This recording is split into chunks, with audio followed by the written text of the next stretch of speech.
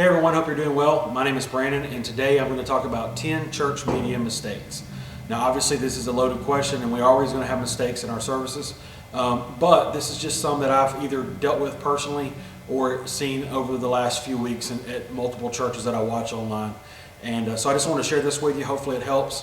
One of the things that I've kind of said before to some different groups and stuff like that is, you can't manufacture a move of the Holy Spirit. But you can certainly hinder it, and you don't want too much going on or too many issues and too many distractions going on. And so the main thing with media is you want to do the best that you can and also limit as many mistakes. So hopefully this helps you. Let's get started. All right, so with this particular set of 10, I'm going to go through some of the media presentation. So the first 3 are going to talk about media presentation. The next 3 is going to be on live streaming, and then the last 4 are just general, no-nos that you shouldn't do, or I believe that you shouldn't do. And so number 1, again, the first 3 are on media presentation. So in other words, pro presenter, media shout, easy worship, all those kind of things. When you're dealing with those, you want to make sure that you don't put too many lines on your screens. So if you got projector screens or TVs, you don't want a whole book worth of words up there for the songs. You want to break it down a little bit. Pro Presenter is very good at giving you options on changing this. I haven't dealt with media shout in a while, and I haven't really dealt with easy worship at all. But with Pro Presenter, you can hit reflow and break them down into smaller slides and have less words on each slide. But generally speaking, two on each slide is good. 4 would be max for the main ones. Now for lower thirds, I wouldn't go more than 2. Okay, if you had absolutely put 3 on one for it to make sense, that's fine, but I wouldn't do a whole lot. So generally speaking, for live stream and projectors, the best way is 2. So that way, if people are looking away or looking at the worship team or engaged in worship, close their eyes for a little bit, and then all of a sudden they look back up at the screen, they're not having to look through everything trying to figure out where they are in the song if they want to sing along. And so you want to break that down. Is it more work on the media team? Yes, because you have to change slides more. But it's not about you. You're on the media team. You're trying to do your best to represent God well, but also to help engage people into worship and not be a distraction or anything like that. So less is more on that particular thing. The other thing that you want to do is to make sure that you don't have one word on a line. So sometimes our songs are like the line that they're singing is kind of long, and it may drop 1 or 2 words at the bottom, even though it's still part of that first line. Go ahead and shrink it down a little bit so that way you don't have one word on a line. It's not a good idea. It doesn't look good because you have one line that's really long and then one word and then another line. It doesn't look good. So try to limit that and shrink them down a little bit. You may have to break it down even more and cut it in half and all that kind of stuff. But just do what you can to make sure that it looks right on the screens. The next thing is some songs come with alternate words or songs that are lyrics that have parentheses around them. So in other words, How He Loves is an old song, but one version says Sloppy Wet Kiss and the other one says Unforeseen Kiss. Now 99% of the churches are going to do Unforeseen. There's a few of them out there that's going to do Sloppy Wet Kiss, but regardless, whichever one you use, cut out the other part so that way it just doesn't look good. Pick whichever side you're going to be on and then just put that in there, and that way it doesn't have both, because then everybody starts thinking, well, there's 2 versions, all that kind of stuff. And dealing with the parentheses, sometimes you use the whole song, sometimes you don't use that part in parentheses. If you do, just take the parentheses off and go along with the song. But any parts that you don't use or that's in parentheses, anything like that, take the parentheses off and it'll look a lot cleaner on there. The next thing is backgrounds when dealing with songs, scripture, welcome, countdowns, all that kind of stuff. You want to make sure that the countdown and all that kind of stuff, one, matches your church and your setting and what's going on. For instance, I saw a while back a church that had a really flashy, very contemporary countdown. And then they went into, when the countdown was over with, their first song was very, very old school and very not modern and all that kind of stuff. Don't go with something that pops really big to get people's attention, only for them to kind of be let down at the very first part of the service. Just have something that matches that day and not get too crazy with it.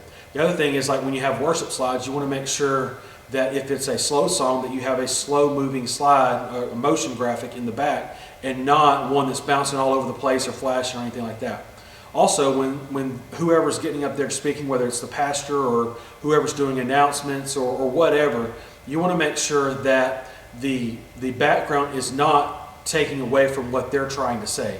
So you don't want a lot of movement. If it's a motion background and you want to leave it up there, you may want to just hit pause for a minute or something like that. But don't have something flashing around, moving, doing a lot of stuff, because then they're not listening to what the person's saying. They're looking up there flashing, all the flashing that's going on. So have something that kind of matches the setting and matches the song.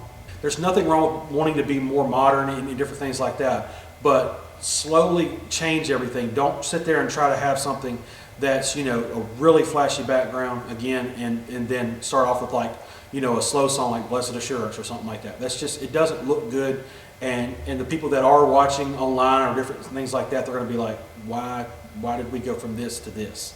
And so anyways, let's move on. Number 4, this is dealing with the live stream stuff for 4, 5, and 6. If you live stream and you can get away with a darker background, whether it's black or dark gray or whatever, try your best to do that.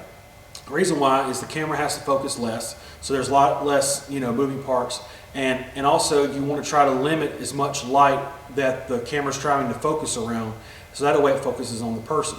It's my opinion. I'm not a photographer. I'm not anything like that. I haven't had any classes on it, but to me, I can tell a difference when we have a darker background and we're recording or live streaming, because there's a lot less pixelation and different things like that. But when we have a lighter background, the camera's sitting there trying to figure out what's going on, and you can just tell it's trying to always adjust.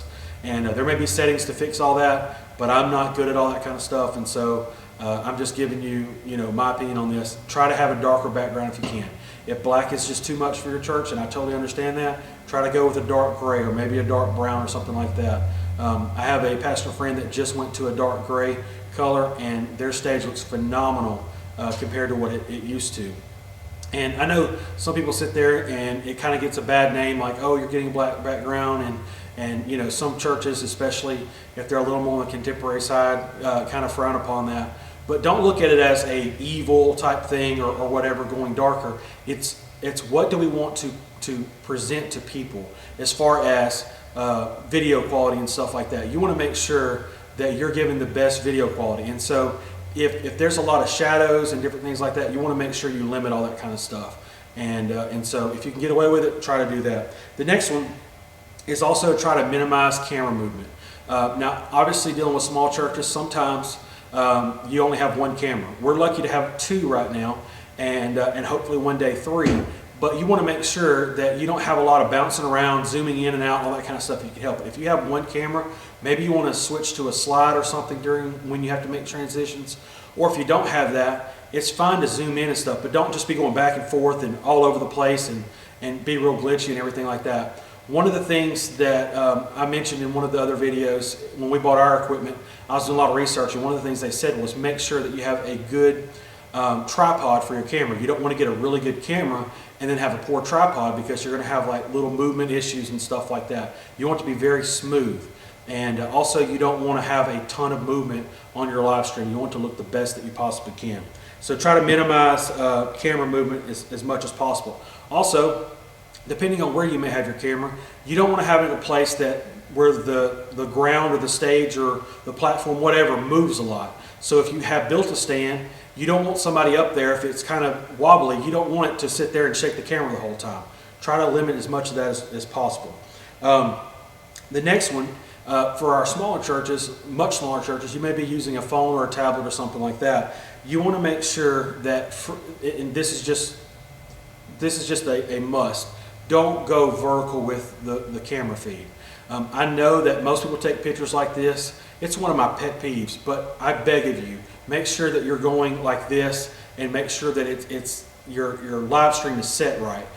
There's been some that they start off live streaming like this, and then they turn it, and then the camera feed doesn't start right, and everything's like this the whole time.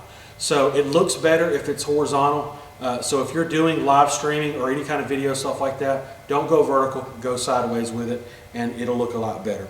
The next 4 are general no-nos, and this is this one and the next one are two that I've experienced here at my church, and I learned my lesson actually this past Sunday, is don't try to cover too many holes in your team at one time. So essentially what I mentioned in a video last week on YouTube is for a full media team for our church, I would want 5 people per service. Truth is we're lucky to have 2 or 3, which I mentioned. This past week we had 2. And it was my fault. I had someone volunteer, but I know they hadn't been in service for a while and they wanted to worship, and so I totally get it. And but the problem is I was trying to fill in for multiple people instead of just leaving the camera, stationary and leaving the zoom alone and just having 2 camera angles instead of trying to go back and forth and do close-ups and stuff. And I was trying to do too much. Well, I was also trying to run sound, and I was also trying to run the lower third live stream lyrics, and I was going back and forth, back and forth.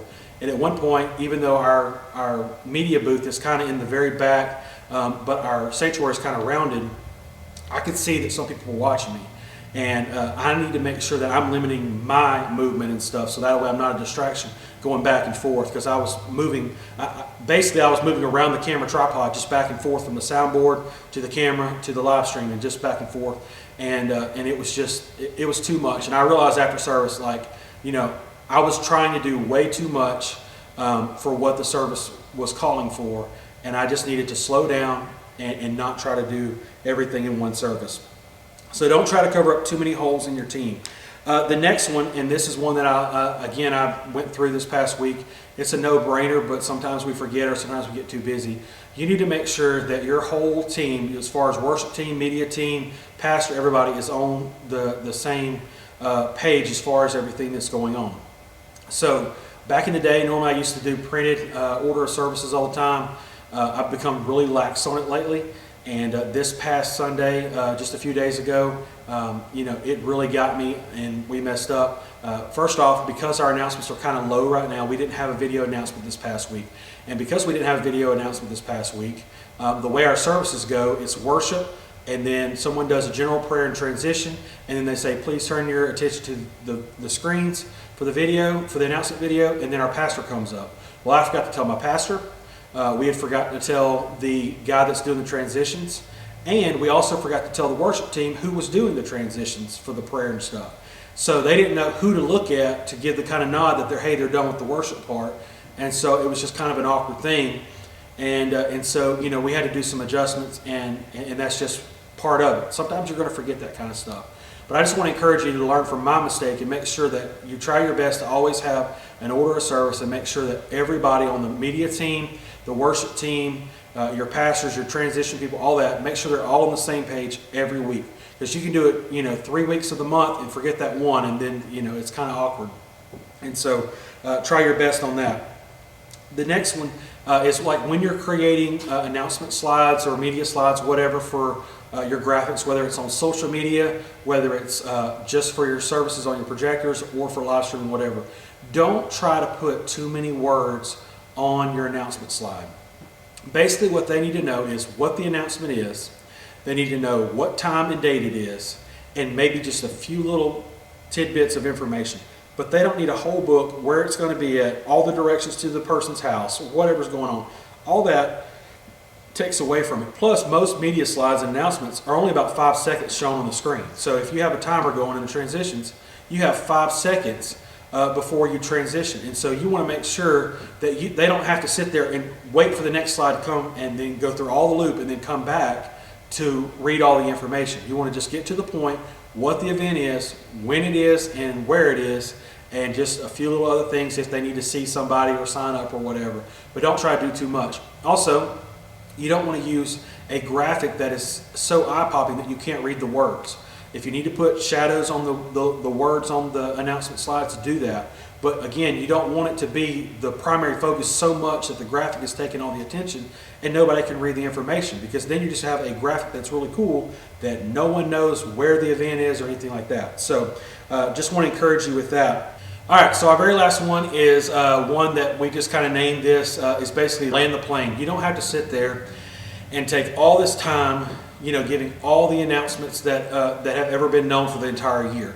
So in other words, if you have a lot of announcements, give the 3 main ones. Don't try to sit there and do 20 of them. You want your announcement videos to be about 1.5 to 2 minutes, no more than that. And so limit some of that. If you're doing in-person announcements and you're not doing videos, again, maybe the top 3 or something like that. But you also don't want to be given a lot of information so much that it becomes overwhelming or people zone out.